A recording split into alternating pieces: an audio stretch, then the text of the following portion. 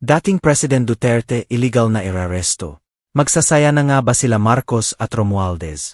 Bago ang lahat, please like and subscribe para sa iba pang update sa ating bansa.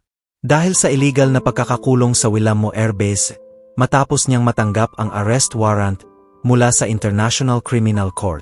Ang dating Pangulo ay inaresto pagdating niya sa Ninoy Aquino International Airport noong Martes, Marso 11.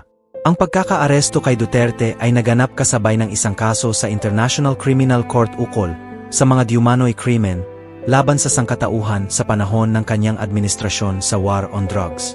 Pagkatapos ng kanyang pagkakaaresto, dinala si Duterte sa VOR Air Base sa Pasay City.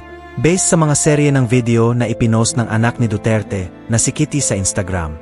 Tinanong ni Duterte ang proseso ng kanyang pagkakaaresto habang nakikipag-usap kay Prosecutor General Anthony Fulon. Sa video, ipinakita ni Duterte na nagtatanong tungkol sa dahilan kung bakit siya pinawalan ng kalayaan at kung ano ang batas at krimen na kanyang ginawa. Sinabi ni Duterte, "Ipakita mo sa akin ngayon ang legal na batayan kung bakit ako nandito. Dahil ako ay dinala dito ng hindi ko sariling kagustuhan. Kung may tao na yell, Executive Legal Officer, dahil ito ang inyong estruktura, kaya kailangan nyo ngayong sagutin ang depribasyon ng kalayaan ko." Ang dating Executive Secretary na si Salvador Maala, na nakaupo sa tabi ng dating Pangulo sa video, ay tumukoy na walang anumang kaso na ipinakita kay Duterte nang iserve sa kanya ang arrest warrant.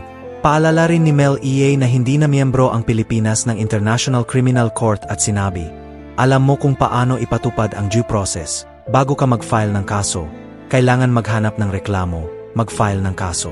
Kung hindi mo ginagawa ang mga prosesong iyon, bakit kami tinanggap ang isang warrant of arrest na kaduda-duda?"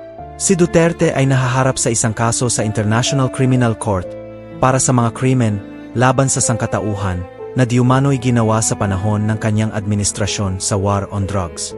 Ayon sa Malacanang, natanggap ng International Criminal Police Organization Manila ang opisyal na kopya ng arrest warrant mula sa International Criminal Court laban kay dating Pangulong Rodrigo Duterte noong madaling araw ng Martes.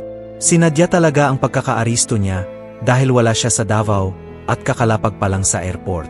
Sa ngayon, ayon sa anak at kaalyado niya, hindi sila pinapapasok at hindi pinapayagan makausap nga mga abogado niya.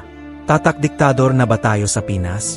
Ayon din sa balita ay walang medical atensyon at plano padalhin sa sekretong lugar.